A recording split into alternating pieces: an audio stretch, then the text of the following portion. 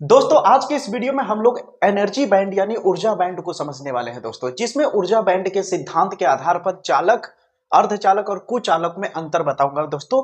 अगर आपको इस वीडियो में लगे कि मैं कहीं भी रटा रहा हूं तो इस वीडियो के बाद आप कभी दोबारा मेरा वीडियो मत देखिएगा। और अगर लगे दोस्तों कि मैंने कहीं भी रटाया नहीं, बिना रटाए एक एक पॉइंट आपको पूरे वीडियो के अंत तक सिखाया, तो आप प्रॉमिस कीजिएगा कि वीडियो को लाइक कीजिएगा और सब्सक्राइब कर दीजिएगा चैनल को। और इसका अगला वीडियो पी टाइप अर्धचालक और एन टाइप अर्धचालक मेरा ही देखेंगे आप जरूर। आइए बिना देर किए शुरुआत करते हैं दोस्तों। एक एक पॉइंट आपको समझाने वाला हूं कि ऊर्जा बैंड होता क्या है, ऊर्जा बैंड के आधार पर चालक, अर्धचालक, कुचालक को बांटा कैसे गया। आइए दोस्तों समझते हैं सबसे पहले कि ऊर्जा बैंड यानी एनर्जी बैंड होता क्या है। यहां देख सकते हैं मैंने कुछ परिभाषा लिखा है, तो परिभाषा तो रटाऊंगा नहीं, 100% है। इसको समझा देता हूं कि क्या कहना चाह रहा है, फिर उसके बाद परिभाषा पढ़ूंगा तो आप देखिएगा आपको अपने आप तैयार हो जाएगा। तो सबसे पहले आप यहाँ पे देखिए, मैंने एक परमाणु लिया है, ठीक है। अब आप जानते होंगे कि परमाणु के बीच में नाभिक होता है, प्लस प्रोटॉन होता है और न्यूट्रॉन होता है, और इसके चारों तरफ खूब सारे कक्षक होते हैं। एक कक्षक, दो कक्षक, तीन कक्षक। और आपको कक्षकों की ऊर्जा के बारे में पता ही होगा कि पहले कक्षक की ऊर्जा कम होगी, दूसरे वाले की थोड़ी और ज्यादा, तीसरे वाले की और ज्यादा, यानी आगे की ओर बढ़ने पर ऊर्जा स्तर बढ़ता चला जाता है। तो जाहिर सी बात है, अगर यहाँ पे इलेक्ट्रॉन घूम रहा है, 30 इलेक्ट्रॉन की ऊर्जा कम है, इसीलिए इस वाले में घूम रहा है, और इस वाले में इलेक्ट्रॉन अगर तीसरे वाले में घूम रहा है तो इस वाले इलेक्ट्रॉन की ऊर्जा ज्यादा है। समझ आ रही मेरी बातें। अब होता क्या है कि इस इलेक्ट्रॉन को ध्यान से देखिए, इसके बाह्यतम कक्ष के, ठीक है, याद रखिएगा हम बाह्यतम कक्ष वाले इलेक्ट्रॉन पे ध्यान देंगे, ठीक है दोस्तों। तो इसके बाहर वाले कक्षक में जो इलेक्ट्रॉन घूम रहा है, ये कौन है, तीसरा वाला, इसमें इलेक्ट्रॉन देख रहे हैं ना। अगर ये परमाणु अकेला है तो क्या इलेक्ट्रॉन की ऊर्जा में कोई फर्क पड़ेगा? तो आप कहेंगे नहीं सर, जैसा है वैसे ही रहेगा। लेकिन अगर बाहर से कोई और सारे परमाणु इकट्ठा हो जाए, जैसे यहाँ पे देखिए, ठीक है, इस ये इलेक्ट्रॉन घूम रहा है ना, लेकिन इसके बगल में एक और परमाणु मैंने ला दिया, तो होगा क्या कि इस वाले इलेक्ट्रॉन की ऊर्जा में फर्क आएगा। अब कहेंगे कैसे आएगा, देखिए, जब ये बाहर जो इलेक्ट्रॉन था, काफी सारे परमाणु जब आपस में इकट्ठा हो जाते हैं तो क्या करते हैं, ये इलेक्ट्रॉन एक दूसरे को धकेलते हैं। ये इधर धकेलेगा इसको और ये वाला इधर, यानी एक दूसरे को दूर धकेलेंगे। और इसका नाभिक प्लस में है और ये इलेक्ट्रॉन माइनस होता है, इसलिए इसको ये खींचेगा, और ये वाला नाभिक इस वाले इलेक्ट्रॉन को खींचेगा। यानी कहने का मतलब है कि इस वाले इलेक्ट्रॉन पर प्रभाव डालेगा ये परमाणु, इसकी इलेक्ट्रॉन की ऊर्जा में चेंजेस ला देगा। या तो जितनी ऊर्जा थी उससे थोड़ी अधिक हो जाएगा, या तो जितनी ऊर्जा थी उससे थोड़ा कम हो जाएगा। बात समझ में आ रही है कि नहीं? तो जब अकेला परमाणु है तो ऊर्जा स्तर जैसा है वैसे ही है, लेकिन जब उसके साथ काफी सारे परमाणु आ जा रहे हैं, यानी क्रिस्टल बन जा रहा है परमाणुओं का, जब काफी सारे परमाणु इकट्ठा हो जाते हैं तो एक क्रिस्टल हो जाता है, एक पदार्थ बन जाता है, एक ठोस हो जाता है, ठीक है। तो उसके इलेक्ट्रॉन पर क्या करते हैं, अगल बगल वाले परमाणु क्या करते हैं, प्रभाव डालते हैं। प्रभाव डालने का मतलब होता है इलेक्ट्रॉन को धकेलते हैं, खींचते हैं, ढकेलते हैं, खींचते हैं, जिसकी वजह से उसकी ऊर्जा में चेंजेस आने लगता है। और उसकी ऊर्जा जो पहले थी, ये वाली मुख्य ऊर्जा स्तर, उससे या तो मुख्य ऊर्जा स्तर से अधिक होने लगती है ऊर्जा, या तो मुख्य ऊर्जा स्तर से कम होने लगती है ऊर्जा। समझ आ रही है मेरी बातें दोस्तों? इतनी बात आपको समझ में आ रही होगी। तो क्या होती है, एक ऊर्जा का बहुत सारा बंडल बन जाता है, ऊर्जा का एक बहुत सारा पैकेट बन जाता है, थोड़ी थोड़ी गैपिंग पे। समझ आ रही मेरी बातें? और इसी ऊर्जा के गैपिंग, उसी ऊर्जा के बंडल को ही कहा जाता है बैंड। समझ आ रही? यहाँ पे ऊर्जा बहुत सारे इकट्ठा हो गए, किसी की ऊर्जा थोड़ी कम, थोड़ी और ज्यादा, थोड़ी और ज्यादा, या फिर और कम और कम। समझ आ रही मेरी बात है? जिसकी वजह से एक बंडल बन गया, जिसे हम लोग क्या कहते हैं, ऊर्जा बैंड कहते हैं। यहाँ पे अगर आप देखें तो कह रहा है जब परमाणु का एक बड़ा समूह, देखिए एक परमाणु था तो जैसा था वैसे ही था, लेकिन जब परमाणु के समूह हो गए, ये ऊर्जा, अकेला परमाणु है तो इसकी ऊर्जा में कोई चेंजेस नहीं, जैसा है वैसे ही है, देख सकते हैं। लेकिन जब ये समूह बन गया, काफी सारे परमाणु आ गए, काफी सारे अगल बगल में परमाणु आ गए, क्रिस्टल बना लिए, तो क्या होगा, उसकी ऊर्जा में चेंजेस आने लगेगी। और उसकी ऊर्जा में जब आप चेंजेस देखोगे तो क्या होगा, एक बंडल बन जाता है ऊर्जा का। क्या बन जाता है? एक पैकेट हो जाता है ऊर्जा का, छोटी छोटी गैपिंग पे, जिसे हम लोग क्या कहते हैं, ऊर्जा बैंड कहते हैं। तो यही चीज यहां लिखा हुआ है, जब परमाणु का एक समूह एक साथ होता है तो उनके बाहरी इलेक्ट्रॉनों की ऊर्जा स्तर, उनके बाहरी, क्या, बाहरी कोश की, या कह लीजिए उसके बाहरी इलेक्ट्रॉनों की ऊर्जा स्तर कई भागों में विभाजित हो जाती है। उसकी ऊर्जा स्तर क्या होती है, कई भागों में विभाजित हो जाती है, ठीक है, जिसे ऊर्जा का एक बैंड कहा जाता है। जिसे ऊर्जा का एक बैंड, यानी एक ऊर्जा का एक बैंड बन जाता है। समझ आ रही है मेरी बातें? यहां तक आपको समझ में आ गया होगा।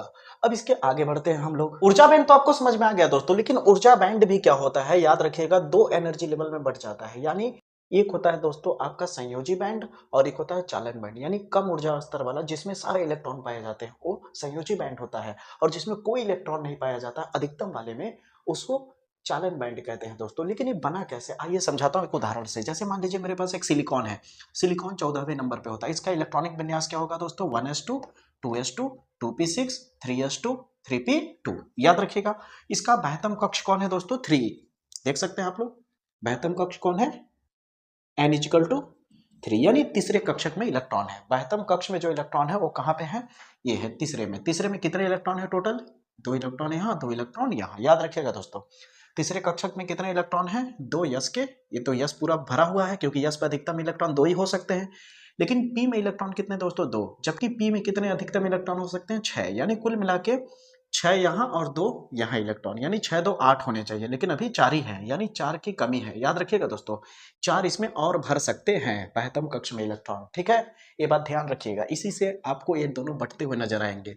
ध्यान दीजिए।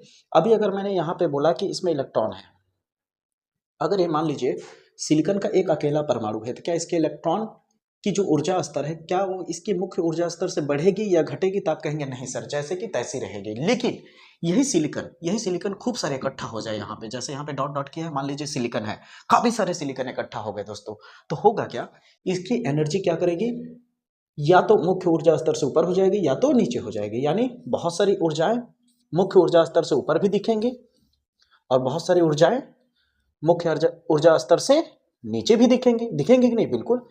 अब इसके बाद ध्यान दीजिए दोस्तों, हमारे पास 4 इलेक्ट्रॉन है, लेकिन 4 और आ सकते हैं, जिसकी वजह से यहाँ पे गैप आ जाता है। जिसकी वजह से क्या हो जाएगा दोस्तों, गैप हो जाएगा। जहां पे इलेक्ट्रॉन नहीं है, जो खाली है, ये खाली वाला, ठीक है, और जितने सारे इलेक्ट्रॉन थे वो नीचे चले गए। ठीक है, तो नीचे जो इलेक्ट्रॉन है उसे बोला गया दोस्तों संयोजी बैंड कहा गया।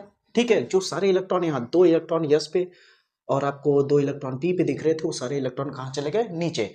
और जो खाली जगह था जिसमें हम 4 भर सकते थे, वो ऊर्जा स्तर है लेकिन इलेक्ट्रॉन नहीं है, तो वो वाला ऊर्जा स्तर जो है ऊपर दिखता है। ठीक है, इसे बोला जाता है चालन बैंड कहते हैं दोस्तों। और इसके बीच में जो गैपिंग आ गया, इस गैपिंग को बोला जाता है एनर्जी गैप, जिसे ईजी लिखा जाता है दोस्तों। यहां तक उम्मीद करता हूं आपको एकदम इजीली तरीके से समझ में आ गया होगा कि संयोजी बैंड में सारे इलेक्ट्रॉन होते हैं और चालन बैंड में एक भी इलेक्ट्रॉन नहीं होते हैं, एम्प्टी होता है, खाली होता है, और बीच में एनर्जी गैप होता है। अब ध्यान दीजिएगा दोस्तों, इसी एनर्जी गैप के दम पे ही हम समझते हैं चालक, अर्धचालक और कुचालक को। तो स्टार्ट करते हैं दोस्तों। अब बात करते हैं हम लोग, सबसे पहले मैं कुचालक को समझाऊंगा आपको। क्या समझाऊंगा, कुचालक। अब कुचालक में होता क्या है दोस्तों कि इसकी ऊर्जा गैप बहुत ज्यादा अधिक होती है, यानी एनर्जी गैप जो होता है बहुत ज्यादा होता है। तो ये जो आपका संयोजी बैंड में इलेक्ट्रॉन है ना दोस्तों, जिसे हम लोग शॉर्ट फॉर्म में क्या बोल सकते हैं, वी बी बोलते हैं। वी का मतलब होता है बैलेंसी और बी का अर्थ होता है बैंड, बैलेंसी बैंड, ठीक है, या बैलेंस बैंड। ठीक है, ध्यान से समझिएगा। तो इसमें जो सारे इलेक्ट्रॉन है दोस्तों, दिख रहा है, ये इलेक्ट्रॉन को जब हम एनर्जी बाहर से देते हैं, गर्म करते हैं या उष्मा देते हैं, तो उस दौरान इलेक्ट्रॉन की गैपिंग इतनी ज्यादा होती है कि इलेक्ट्रॉन इस वाले में से इस वाले में जा नहीं पाता है, जिसके वजह से यहाँ विद्युत धारा का प्रवाह नहीं हो पाता है, क्योंकि ये इलेक्ट्रॉन अभी बंधे हुए हैं, ये इलेक्ट्रॉन मुक्त नहीं हुए हैं। इलेक्ट्रॉन जब मुक्त हो जाएगा तभी तो इलेक्ट्रॉन चलेगा, और जब इलेक्ट्रॉन चलेगा तो उसी के विपरीत दिशा में धारा बहेगी। इलेक्ट्रॉन अगर इधर जा रहा है तो धारा इधर बहेगा।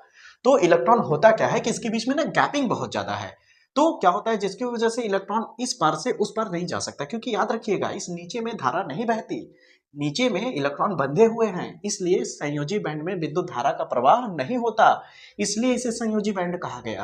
और इसका नाम ही देखिए चालन बैंड है। चालन का मतलब होता है जिसमें विद्युत धारा प्रवाह हो सकती है, तो ऊपर वाले का नाम है चालन बैंड। क्या बोलते हैं इसे, चालन बैंड, जिसे कंडक्शन बैंड भी कहा जाता है अंग्रेजी में। ठीक है, अब इसमें क्या होगा, इलेक्ट्रॉन जा ही नहीं पा रहा है, तो इलेक्ट्रॉन जब जा ही नहीं पा रहा है तो इसमें करंट आएगा कैसे, इसलिए क्या हो जाता है, कुचालक हो जाता है। तो देखिए यहाँ पे लिखा गया है कि इनका ऊर्जा गैप बहुत ज्यादा होता है, लगभग कितना, 5 इलेक्ट्रॉन वोल्ट के, लगभग कितना गैपिंग होती है, 5 इलेक्ट्रॉन वोल्ट या 5 इलेक्ट्रॉन वोल्ट से अधिक भी हो सकती है, इसलिए इसमें धारा नहीं बह सकती, इसलिए इलेक्ट्रॉन इसमें पहुंच नहीं पाता है, जिसकी वजह से ये इसमें धारा नहीं बह पाती है। जैसे उदाहरण के तौर पे कांच, लकड़ी, बताइए लकड़ी में कहाँ करंट आता है, इसीलिए ना तो गेम समझ आ रहा है कि नहीं आपको? अब आती है बारी अर्धचालक।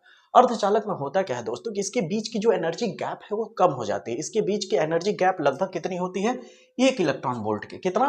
1 इलेक्ट्रॉन वोल्ट के। अब इसके बीच की एनर्जी गैप 1 इलेक्ट्रॉन वोल्ट है, तो जैसे हम इसे उष्मा देते हैं, जैसे क्या देते हैं इसमें, बाहर से उष्मा देते हैं या फिर सूरज का प्रकाश इस पे पड़ता है, तो उस दौरान क्या होता है, इसके इलेक्ट्रॉन की एनर्जी बढ़ जाती है। और इलेक्ट्रॉन की ऊर्जा बढ़ेगी तो बताइए ऊपर में ऊर्जा ज्यादा है ना, बताया ना अभी यहाँ पे कि ऊपर वाले की ऊर्जा के ऊपर जाएंगे तो ऊर्जा बढ़ता जाएगा, ठीक है ना। तो इलेक्ट्रॉन को जब हम गर्म करेंगे, कहने का मतलब इसको जब हम गर्म करेंगे, उष्मा देंगे, तो जाहिर सी बात है इलेक्ट्रॉन को एनर्जी बढ़ जाएगी। इलेक्ट्रॉन की एनर्जी बढ़ने की वजह से इलेक्ट्रॉन इसमें से किसमें चला जाएगा? इसमें चला जाएगा। और इसमें जाएगा तो इलेक्ट्रॉन क्या हो जाएगा? मुक्त इलेक्ट्रॉन हो जाएगा। क्या हो जाएगा दोस्तों? फ्री हो जाएगा, ठीक है, मुक्त इलेक्ट्रॉन हो जाएगा। और जिसकी वजह से गति करने लगेगा, और गति करने की वजह से क्या हो जाएगी? धारा प्रवाहित होने लगेगी, ठीक है। तो यहाँ पे देखिए क्या लिखा गया है, इसका ऊर्जा गैप Eg लगभग कितना होता है? 1 इलेक्ट्रॉन वोल्ट। इसलिए दोस्तों यहाँ पे देखिए संयोजी बैंड के जो इलेक्ट्रॉन है, बाहर से जब हम इसे उष्मा या प्रकाश की ऊर्जा देते हैं तो उसको पा करके क्या करता है, अपनी एनर्जी बढ़ा करके किसमें चला जाता है? कंडक्शन बैंड यानी चालन बैंड में चला जाता है, जिसकी वजह से क्या होता है? विद्युत धारा का प्रवाह होने लगता है। उदाहरण के तौर पे सिलिकॉन सबसे बेहतर क्या है आपका? अर्धचालक है। जर्मेनियम अच्छा अर्धचालक है। जब हम एन टाइप अर्धचालक और पी टाइप अर्धचालक पढ़ेंगे तो यही उदाहरण लेकर के चलेंगे हम लोग, ठीक है। अब आती है हमारी चालक। अब चालक में क्या होता है? चालक में तो हम लोग टेम्परेचर बाहर से देते नहीं है, फिर भी कैसे भाई आसानी से इसमें करंट फ्लो कर जाता है। तो यहाँ पे आप ध्यान से देखिए मेरे बनाए हुए स्ट्रक्चर को, यहाँ ऊपर में ध्यान से देखिए, तो जो हरे रंग में मैंने बनाया है, ये वाली लाइन ओवरलैप कर रही है, अतिव्यापन कर रही है। अतिव्यापन का मतलब होता है कि ये वाली लाइन उसमें जाके घुस गई है, किसमें? चालन बैंड में। और चालन बैंड वाली लाइन जो है किसमें? बैलेंस बैंड यानी संयोजी बैंड में आके घुस गई। यानी यहाँ पे क्या हो गया? दोनों ओवरलैप कर गए, दोनों क्या कर गए? ओवरलैप कर गए। तो यानी ये इलेक्ट्रॉन कह लीजिए, तो ये इलेक्ट्रॉन जो है संयोजी बैंड में भी है और देखा जाए तो चालन बैंड में भी है। यानी या तो ये कह सकते हैं इसके बीच की गैपिंग ही लगभग जीरो है। जब गैपिंग ही जीरो है तो इलेक्ट्रॉन को एनर्जी देने की जरूरत क्यों पड़ेगी? हम कह रहे हैं कि यहाँ पे गैपिंग होगा तब तो हम यहाँ से डाक के इस पर जाएंगे। जब गैपिंग नहीं है तो डाकेंगे काहे? हम आराम से एक पार से ऊपर चले जाएंगे। यहाँ पे इसलिए ऊर्जा बाहर से देने की कोई जरूरत नहीं पड़ती, आसानी से इलेक्ट्रॉन फ्लो कर जाता है, इसीलिए यहाँ पे आसानी से विद्युत का प्रवाह हो पाता है दोस्तों। तो यहाँ पे मैंने क्या लिखा है? इसका ऊर्जा गैप लगभग शून्य होता है। इसलिए कंडक्शन बैंड यानी आप समझ रहे होंगे, और बैलेंस बैंड आपस में क्या कर जाते हैं? ओवरलैप कर जाते हैं। कंडक्शन बैंड का मतलब होता है चालन बैंड, और बैलेंस बैंड का अर्थ होता है संयोजी बैंड। आपस में ओवरलैप का मतलब होता है ये वाला इसके अंदर घुस गया और नीचे वाला इसके ऊपर घुस गया, समझ रहे हैं? दोनों एक दूसरे को ऐसे चढ़ गए, तो जब चढ़ गए तो इलेक्ट्रॉन एक इसमें भी पाया जा रहा है, इसमें भी पाया जा रहा है, तो इलेक्ट्रॉन तो इसका मतलब मुक्त हो गया ना, इलेक्ट्रॉन फ्री हो गया ना।